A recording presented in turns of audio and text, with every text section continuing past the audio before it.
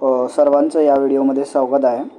आपण TYBCom 5th semester यासाठी second चॅप्टरमधला problem पाहतो आहे, इंटरनल रिकन्स्ट्रक्शन या चॅप्टरमधला।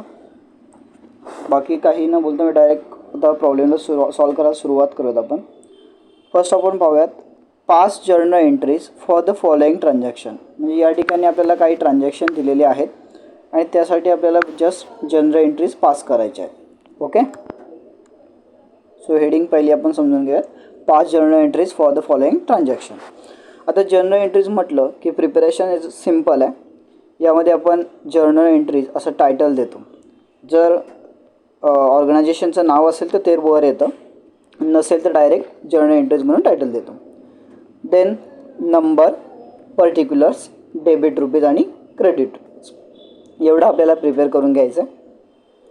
यानंतर या प्रॉब्लेममध्ये जस्ट फक्त 4 ॲडजस्टमेंट दिलेले आहेत। सो पहिली ॲडजस्टमेंट आहे conversion of 2 lakhs fully paid equity shares of 10 each into stock of ₹1 lakh and balance as 12% fully convertible debenture।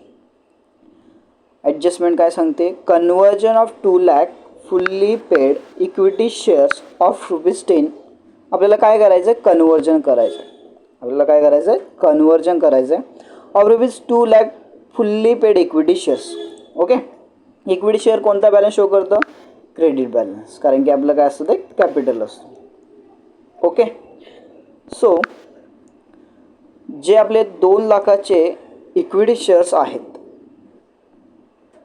ज्यांची प्राइस किती आहे, एकाची प्राइस आहे 10, 2 लाखाचे नाही म्हणतात, 2 लाख इक्विटी शेअर्स आहेत। किती आहेत, 2 लाख, एकाची प्राइस किती आहे 10, म्हणजे असे किती होतात ते 20 लाख होतात। किती, 2 lakhs into 10 equals 20 lakhs। आता कॅपिटल कोणता बॅलन्स शो करतं, क्रेडिट, आणि आपण जर का त्यांचं कन्वर्जन करतोय तर त्याला ऑब्व्हियसली आपण काय देणार, डेबिट देणार। So equity share capital account debit 20 lakhs। आता हे 20 lakhs कसे आले, 2 lakhs into 10 each। ओके, आता यांचं कन्वर्जन आपण काय करतो, into stock of ₹1 lakh and stock of ₹1 lakh स्टॉकमध्ये कन्वर्जन करतो। So to equity stock account ₹1 lakh, to equity stock account ₹1 lakh। Okay, then to equity stock account 1 lakh आणि balance as 12% fully convertible debenture. उरलेली जी amount आहे, आता किती उरले, 20 lakhsमधून जर का 1 लाख गेले तर हातात किती, 19 lakhs। 19 lakhsला काय करणार आपण, 12% फुल्ली कन्वर्टेबल डिबेंचर अकाउंट। अशा प्रकारे नॅरेशन येईल, being conversion of 2 lakh equity shares of ₹10 each into stock of ₹1 lakh and balance as 12% fully convertible debenture as resoluted dated। Resolution pass झाल्याशिवाय कोणते तुम्ही कन्वर्जन करू शकत नाही आहेत, म्हणून त्यांनी रिझोल्युशन डेटेड असं म्हटलेलं आहे। या ठिकाणी पहिली आपली ॲडजस्टमेंट आणि पहिली जर्नल एंट्री क्लिअर झालेली आहे।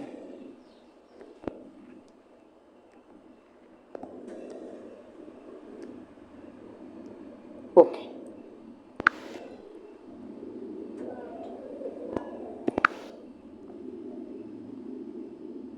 पूर्ण ॲडजस्टमेंट झाली। Second adjustment consolidation of 40 lakhs fully paid equity shares of 2.50 each। Consolidation करतो आपण, काय करतोय, consolidation 40 lakhs fully paid equity shares of ₹2.50 each। 40 lakh equity shares आणि एकाची प्राइस किती सांगितली त्यांनी, 2.50 each into 10 lakh fully paid equity shares of ₹10 each, बरोबर। आता 40 lakhs इंटू 2.50 करून बघा एकदा, कॅल्सी आपल्या जवळ असेल 40 lakhs इंटू 2.50 किती येतं, 1 crore। किती येतं, 1 crore। त्याचं कॉन्सल्टेशन आपण कशामध्ये करतोय,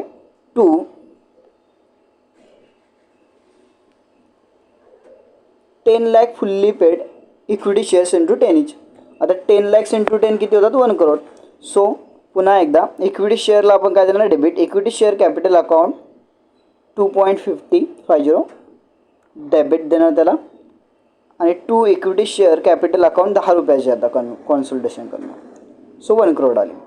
नरेशन सेम येईल. Being consultation of 40 lakh shares of 2.50 each into 10 lakh shares of 10 each as per resolution dated. सोपं होतं. तिसरी adjustment. Sub division of 10 lakh fully paid 11% preference shares of ₹50 each. किती shares आहेत 10 lakhs. किती shares आहेत 10 lakhs. आणि price किती आहे 50 इंटू 10 lakhs किती होतात 50 lakhs.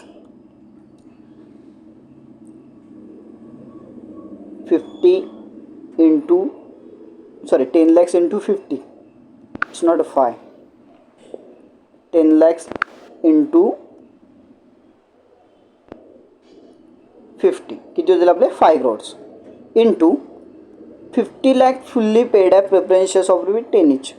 आता किती आहेत 50 lakhs आणि एकाची प्राईस किती सांगितली प्रिपरेशनची 10. सो तो कन्वर्जन करताना कशाचं कन्वर्जन करतो आहे आपण subdivision of 11% preference shares. So 11% preference शेअर्सला काय देणार debit. 11% preference shares of capital account ₹50 to 11% preference share capital account. आता किती प्राईज आहे 10 रुपये.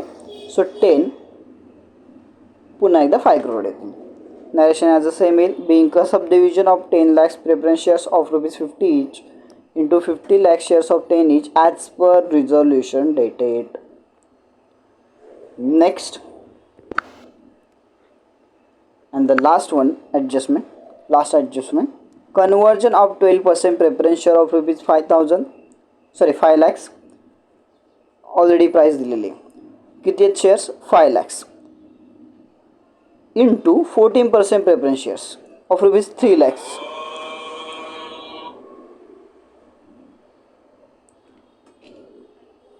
(14% preference share of ₹3 lakh) at remaining balance 12% non cumulative preference shares. Okay. So या ठिकाणी आपण पाहू शकता की आपल्याकडे किती प्रेफरन्स शेअर्स आहेत 5 lakhs. सो त्याला पहिले आपण डेबिट देणार.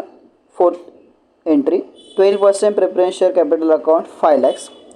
कन्वर्जन करताना आपण काय म्हणतो आहे 3 lakhs 14% preference shares to 14% preference share capital account 3 lakhs.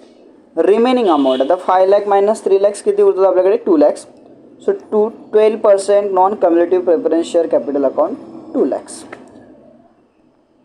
Narration तुम्ही वर ॲडजस्टमेंट पाहून पण लिहू शकता. बिईंग कन्वर्जन त्यापुढे फक्त बिन लावायचं आहे. Being conversion of 12% preference shares of ₹5 lakhs into 14% preference share of 3 lakh and 12% non-cumulative preference shares of ₹2 lakh as per resolution dated. अशा पद्धतीने आपला प्रॉब्लेम सॉल्व झालेला आहे. अतिशय बेसिक आणि इझी असा हा प्रॉब्लेम होता.